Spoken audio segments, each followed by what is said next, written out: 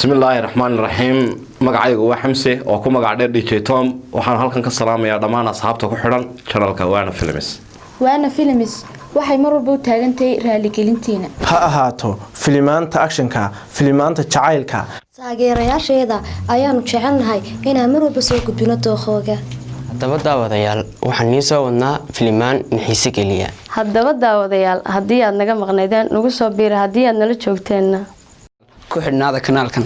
oo subscribe garee channelka ilaan idinkan idiin maqanahay bahda Waana Films oo isku duuban waxaad leenahay soo dhawaada haddaba daawadayaal idinka ayaan wax idinku nahay wixii talo iyo tusaalihiina waa xaqiina taageerayaasheeda waxaan u sheegaynaa in aanu soo wadno filmo badan filmadaas oo ay ka dhex muuqan doonaan gobolada Soomaaliland oo dhan